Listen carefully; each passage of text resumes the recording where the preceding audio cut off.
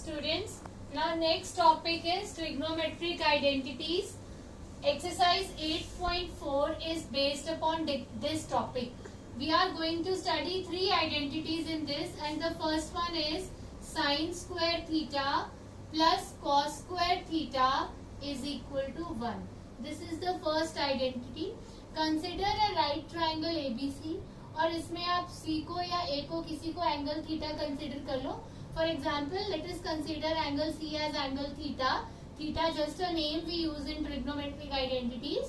Now, let us check whether this identity is true or not. अगर हम यहाँ पर this is the proof of this identity. From the diagram, sin theta is perpendicular by hypotenuse का square. तो perpendicular क्या है? AB और hypotenuse क्या है? AC. So it is AB square by AC square. AB by AC का whole square क्या हो जाएगा? AB square by AC square. cos theta क्या होगा? BC by AC. तो BC square by AC square is now this is equal to, अगर हम ये देखें AC स्क्वायर आ गया. We are solving here left hand side and we will see whether we get right hand side और not. LCM is AC square. So now it is equal to AB square plus BC square. Now by Pythagoras theorem, what is AB square plus BC square? It is equal to hypotenuse square which is AC. So AC square by AC square. ये cut गया. It is equal to 1 which is equal to RHS.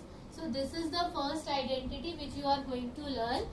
और इसको आप बेटा इस तरह से भी लर्न करेंगे और कई जगह आपके पास साइन स्क्वायर लिखा होगा. तो साइन स्क्वायर को हम ऐसे लिख सकते हैं from same identity 1 minus cos square theta और cos square theta is equal to 1 minus sine square theta. All three are one and the same here. अब हम इस स्टेटमेंट को आइडेंटिटी क्यों कहते हैं? इसलिए क्योंकि ये स्टेटमेंट सभी एंगल्स पर ट्रू है. अगर एंगल सपोज हम theta is equal to 30 degree लेते हैं. अगर हम 30 डिग्री ले रहे हैं तो साइन 30 डिग्री क्या होता है? 1/2. तो 1/2 का स्क्वायर प्लस कॉस 30 डिग्री क्या होता है? √3/2. तो √3/2 का स्क्वायर. तो ये क्या आया? 1/4 plus 3/4 4/4 it is equal to 1. So it is true for when theta is equal to 30 degree. Now suppose we take theta is equal to 0 degree. अगर हम थीटा को 0 डिग्री लें तो साइन 0 क्या होता है? 0 का स्क्वायर 0 प्लस कॉस 0 क्या होता है? 1. 1 का square 1. 0 plus 1 1. It is true for every value of theta. अगर हम थीटा को 45 ले लेते तो ये क्या होता? 1/√2 का स्क्वायर. tan साइन 45 क्या होता है? 1/√2. तो 1/√2 का स्क्वायर प्लस 1/√2 का स्क्वायर. तो ये क्या बना? 1/2 plus 1/2 which is equal to 1 again.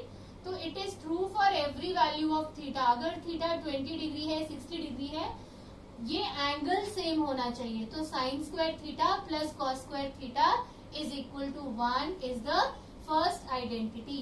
Now the second identity is 1 plus tan square theta is equal to secant square theta. ये आपके पास सेकेंड आइडेंटिटी रहेगी. Now let us check its left hand side. Left hand side में 1 plus from the diagram tan theta is perpendicular यानी AB and base यानी BC. तो AB square by BC square. Now taking LCM is BC square. यहाँ पर आएगा तो BC square plus AB square. Again from the diagram what is BC square plus AB square?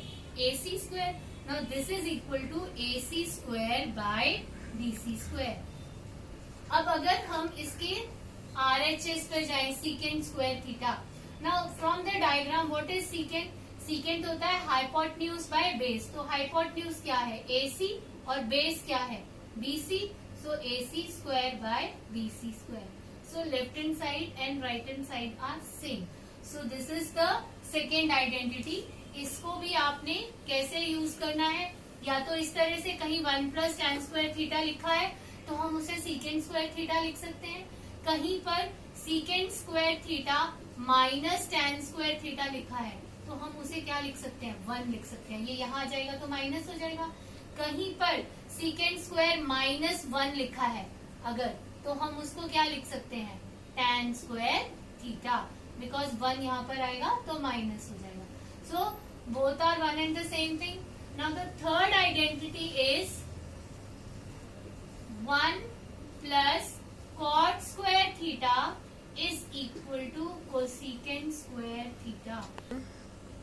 इसका proof भी same diagram में से आप कर सकते हैं, खुद करेंगे बेटा। These are the proofs of the identities and you have to learn these 3 identities. बहुत अच्छे से लर्न करना है। Exercise 8.3 is based upon these 3 identities. Sorry बेटा, 8.3 नहीं 8.4। 8.3 डिलीटेड है, वो हम नहीं करेंगे। 8.4 we will start with the exercise 8.4 in the next video.